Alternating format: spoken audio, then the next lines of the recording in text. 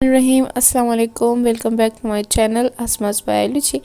तो आज हम पढ़ने जा रहे हैं लेक्चर नंबर 3, ठीक है, of chapter number 8 nutrition. Topic हमारा है types of nutrients which is the macro nutrients and micro nutrients. Previous topic में हम न्यूट्रिशन के बारे में पढ़ चुके थे, ठीक है।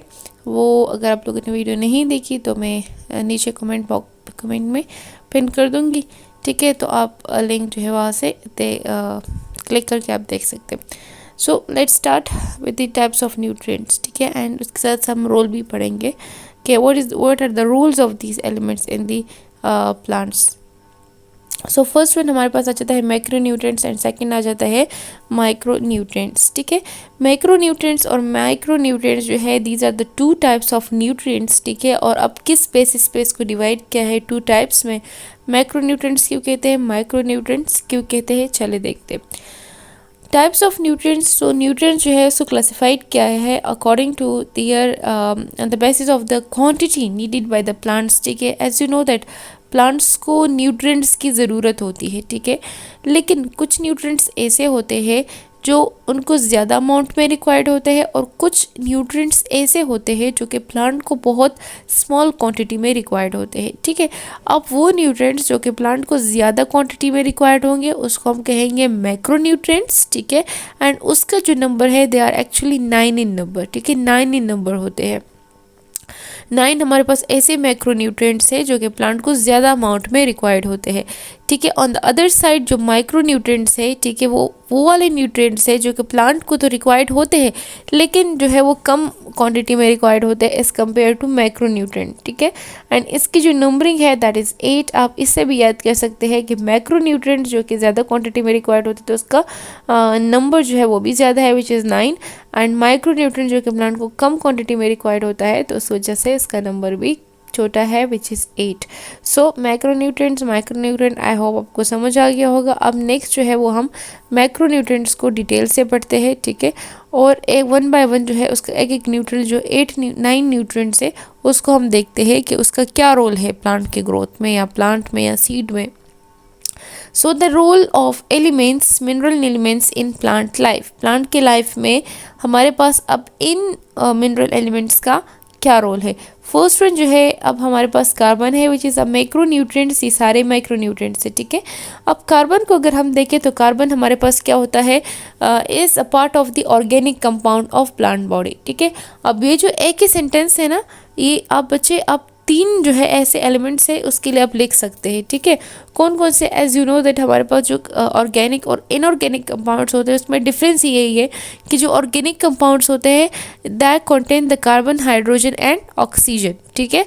एंड जो कार्बन, हाइड्रोजन और ऑक्सीजन है ये तीनों हमारे पास मैक्रो न्यूट्रिएंट्स है और प्लांट को बहुत ज़्यादा अमाउंट में ये रिक्वायर्ड होते हैं डिफरेंट फंक्शंस के लिए, ठीक है। सो कार्बन में भी आप ये लिख सकते हैं कि ये carbon is a part of the organic compound of plant body, ठीक है। और जितने भी ऑर्गेनिक कंपाउंड है प्लांट के पूरी बॉडी में जितने भी ऑर्गेनिक कंपाउंड की फॉर्मेशन होती है उन सबको ऑब्वियसली कार्बन रिक्वायर्ड होता है, ठीक है। कार्बन के साथ 2 और कौन से हैं, हाइड्रोजन एंड ऑक्सीजन। तो हाइड्रोजन के लिए भी आप सेम वही सेंटेंस लिखेंगे कि it's the part of the organic compound in plant body. And oxygen के लिए भी यही आप जो है वो सेंटेंस लिखेंगे, लेकिन इसके साथ आपके पास एडिशन हो जाएगा। As you know that oxygen जो है वो रिक्वायर्ड होता है फॉर दी सेलुलर रिस्पायरेशन, ठीक है। जिस तरह से हम रिस्पायरेशन करते हैं, ह्यूमन बींग्स रिस्पायरेशन करते हैं, एनिमल्स रिस्पायरेशन करते हैं, तो वो क्या करते हैं, वो ऑक्सीजन को इनहेल करते हैं for the process of cellular respiration, ठीक है। अब जो है हमारे पास same the case with the plants. अब हमें पता है कि प्लांट्स जो है वो अपनी फूड की फॉर्मेशन करते हैं with the help of photosynthesis, वो फोटोसिंथेसिस का प्रोसेस करते हैं, ठीक है। बट फोटोसिंथेसिस का प्रोसेस जो है वो प्लांट्स जस्ट डे टाइम में करते हैं और थ्रू आउट द डे जो होता है, day and night through out जो होता है, ठीक है, होल 24 आवर्स के लिए जो प्लांट होता है वो रिस्पायरेशन का भी प्रोसेस करते हैं। मोस्टली नाइट टाइम पे जो है वो प्लांट जो है ऑब्वियसली फोटोसिंथेसिस तो नहीं कर सकता, तो फिर क्या करेगा, प्लांट जो है वो रिस्पायरेशन का प्रोसेस करता है। And for that cellular respiration the plant need oxygen, उसके लिए प्लांट को क्या चाहिए, ऑक्सीजन चाहिए होता है एक बहुत ही लार्ज क्वांटिटी में, लार्ज अमाउंट में. So that is actually also the one of the macronutrient. ठीक है. Okay, then come towards the phosphorus. Phosphorus is another mineral element in the plant life, जो कि बहुत ज़्यादा इंपॉर्टेंट होता है. आप देख सकते हैं कि आपको पता है कि it's a component of the ATP. ATP क्या है हमारे पास? Adenosine triphosphate. तो एटीपी के साथ जब हमारे पास एडिनिन के साथ जब हमारे पास एडिनोसिन के साथ हमारे पास 3 जो है वो फॉस्फेट ग्रुप जब मिलते हैं तब हमारे पास एटीपी की फॉर्मेशन होती है. और एटीपी क्या है? It's energy. ठीक है, ये हमारे पास एनर्जी होती है जो प्लांट को रिक्वायर्ड होती है for the movement of different molecules. ठीक है, फ्लोइम में रिक्वायर्ड होती है. ठीक है, जो कि सीव ट्यूब्स वगैरह होते हैं, कंपेनियन सेल्स जो कि होते हैं सारे जो फ्लोइम में होते हैं और हेल्प आउट करते हैं. तो वहाँ पर जो है वो पुशअप करने के लिए जो है बीन एनर्जी की रिक्वायरमेंट होती है. अच्छा, मोस्ट इम्पॉर्टेंटली अगर हम फॉस्फोरस की बात करें तो मोस्ट इम्पॉर्टेंट जो फंक्शन है फॉस्फोरस का that is for the seed germination and for photosynthesis. ठीक है, फोटोसिंथेसिस का प्रोसेस परफॉर्म करता है. एंड सेकेंडली जो है ये जब सीड जो है उसको हम वो करते हैं एंड उसकी जर्मिनेशन होनी होती है. तो अगर वो जर्मिनेट नहीं करा तो उस टाइम पीरियड पे अगर आप उसको फॉस्फोरस दे तो वो इजीली जर्मिनेट कर देता है. सो फॉस्फोरस जो होता है वो सीड जर्मिनेशन में हेल्पफुल है, हेल्प आउट करता है. So it's really very necessary for seed germination and for photosynthesis. Potassium की बात करें तो पोटेशियम जो होता है, ठीक है, वो आपको पता है कि लीफ में क्या प्रेजेंट होता है? स्टोमेटा, स्मॉल पोर्स प्रेजेंट होता है जिसको हम कहते हैं स्टोमेटा. ठीक है, अगर वो स्टोमेटा ओपन रहते हैं तो क्या होता है कि जितना भी वाटर होता है प्लांट में वो लॉस हो रहा होता है. ठीक है, थ्रू ट्रांसपायरेशन, क्योंकि वो पानी जो होता है वो वाटर जो होता है वो निकल रहा होता है थ्रू दो स्पॉट्स. ठीक है, तो जब भी प्लांट्स में वाटर ज़्यादा होता है, ठीक है, प्लांट को ज़्यादा वाटर नहीं चाहिए होता, क्योंकि जब अगर प्लांट में वाटर ज़्यादा भी है तो उसके रूट्स पे ख़राब हो सकते हैं. सेकेंडली उसमें विल्टिंग भी कॉज हो सकती है, तो उसका ज़्यादा पानी जो है वो भी निकलना ज़रूरी होता है. तो फिर स्टोमेटा क्या हो जाता है, वो ओपन हो जाते हैं और वो ज़्यादा पानी जो होता है, वाटर जो होता है वो निकल जाता है. लेकिन जब अगर वाटर की ज़रूरत है प्लांट को और पानी जो है वो ऑलरेडी कम है, ठीक है, उसका अमाउंट कम है प्लांट में, तो फिर स्टोमेटा क्या हो जाता है, क्लोज्ड हो जाते हैं और स्टोमेटा ओपन ही नहीं होते, क्योंकि प्लांट को जो है वो वाटर की ज़रूरत है. तो वो स्टोमेटा, क्लोजिंग ऑफ स्टोमेटा जो होते हैं वो प्रिवेंट करते हैं वाटर लॉस को.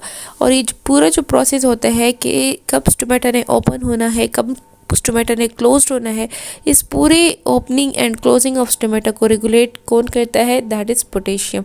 सो पोटेशियम जो होता है वो भी एक मैक्रोन्यूट्रिएंट है जो कि प्लांट में प्रेजेंट होता है and it's regulates the opening and closing of stomata. Secondly अगर हम आ जाते हैं that is the nitrogen. Nitrogen जिस तरह से एनिमल्स में रिक्वायर्ड होता है for the formation of proteins, ठीक है, तो उस तरह से प्लांट्स को भी प्रोटीन्स की ज़रूरत होती है. और हार्मोन्स भी आपको पता है प्रोटीन्स है, एंजाइम्स भी प्रोटीन्स है, ठीक है, और क्लोरोफिल और विटामिन्स की फॉर्मेशन के लिए भी हमें नाइट्रोजन की ज़रूरत होती है. अगर नाइट्रोजन नहीं हो तो इसमें से किसी भी चीज़ की फॉर्मेशन ना हो. और ये सारे जितने भी कंपोनेंट्स है ये सारे के सारे जो है वो प्लांट्स के वाइटल कंपोनेंट्स है.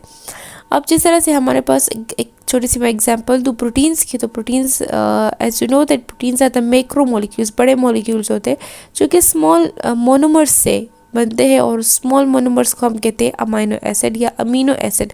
अब अगर मैं एक अमीनो एसिड का स्ट्रक्चर आपको दिखाऊँ तो इसको आप देखें, यहाँ पर अमीनो एसिड में हमारे पास क्या है, ठीक है, इसमें हमारे पास सेंटर कार्बन है और साइड पे आप देखें तो इसमें नाइट्रोजन प्रेजेंट है. अगर ये अमोनिया जो है, अमोनियम प्रेजेंट है जो कि नाइट्रोजन है, ठीक है, जो कि इसमें नाइट्रोजन प्रेजेंट है, NH2 NH3 है, ठीक है, तो ये नाइट्रोजन अगर ना हो तो इस जो अमीनो एसिड है इसका स्ट्रक्चर की फॉर्मेशन प्रॉपर ना हो, अमीनो एसिड की फॉर्मेशन ना हो, और अमीनो एसिड ना हो तो प्रोटीन्स की फॉर्मेशन ना हो. और अगर प्रोटीन्स नहीं होंगे प्लांट्स में तो ऑब्वियसली जो है वो प्लांट की ग्रोथ रुक जाएगी, स्टॉप हो जाएगी और प्लांट जो है वो डेड हो जाएगा.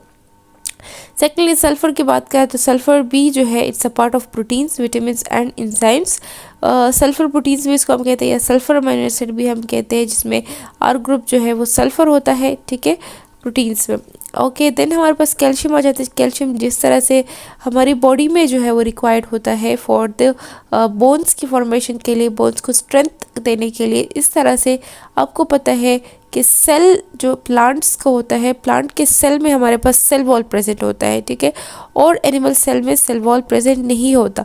तो वो जो सेल वॉल प्रेजेंट होता है प्लांट्स में, उस सेल वॉल की फॉर्मेशन में कौन हेल्पफुल होता है, हेल्प करता है, वो कैल्शियम करता है। एंड सेकेंडली जितने भी इंजाइम्स होते हैं प्लांट की बॉडी में, उनको एक्टिवेट भी कैल्शियम करते हैं। अगर इंजाइम्स प्रेजेंट है तो उसको एक्टिवेट करने के लिए कैल्शियम जो है वो रिक्वायर्ड है। अगर कैल्शियम नहीं है तो इंजाइम्स अपना वर्क परफॉर्म नहीं कर सकता। और इंजाइम्स जो है वो उसका फंक्शन क्या होता है, इंजाइम्स जो है आपको पता है कि कैटलिस्ट है, प्रोटीन्स है, और ये किसी भी रिएक्शन को, जो रिएक्शंस हो रहे होते हैं, रिएक्टेंट से प्रोडक्ट्स बन रहे होते हैं, रिवर्स रिएक्शन होते हैं, तो जो रिएक्शंस हो रहे होते हैं उन रिएक्शंस को स्पीड अप करने के लिए जो है हमें इंजाइम्स चाहिए होते हैं, ठीक है। ओके देन जो है वो कैल्शियम का थर्ड जो फंक्शन है वो मोस्ट इम्पॉर्टेंट वो ये है कि जितने भी एपोप्लास्टिक, सिनप्लास्टिक, जो भी वाटर की मूवमेंट होती है थ्रू आउट द सेल, ठीक है, सेल से बाहर हो, सेल के अंदर हो, एक सेल से दूसरे सेल में हो, सेल के वॉल्स के थ्रू हो, तो वो जितनी भी मूवमेंट होती है, ठीक है, they are carried out by the calcium. वो कैल्शियम ही रेगुलेट करता है, ठीक है। एंड लास्ट वन जो है वो हमारे पास मैग्नीशियम है। और मैग्नीशियम आपको पता है कि जो क्लोरोफिल का स्ट्रक्चर है, ठीक है, क्लोरोफिल के स्ट्रक्चर में जो मोस्ट इम्पॉर्टेंट मेन जो सेंटर जो एलिमेंट है that is the magnesium, Mg, जिसको हम Mg कहते हैं। एंड वो सेंटर में प्रेजेंट होता है और साइड्स पे जो है उस पर क्या प्रेजेंट होता है, उसमें नाइट्रोजन प्रेजेंट होता है, उससे क्लोरोफिल के स्ट्रक्चर जो है उसका बन जाता है, ठीक है। And it also activates the many enzymes, बहुत सारे एंजाइम्स को, just like the calcium, magnesium जो है बहुत सारे एंजाइम्स को एक्टिवेट करता है।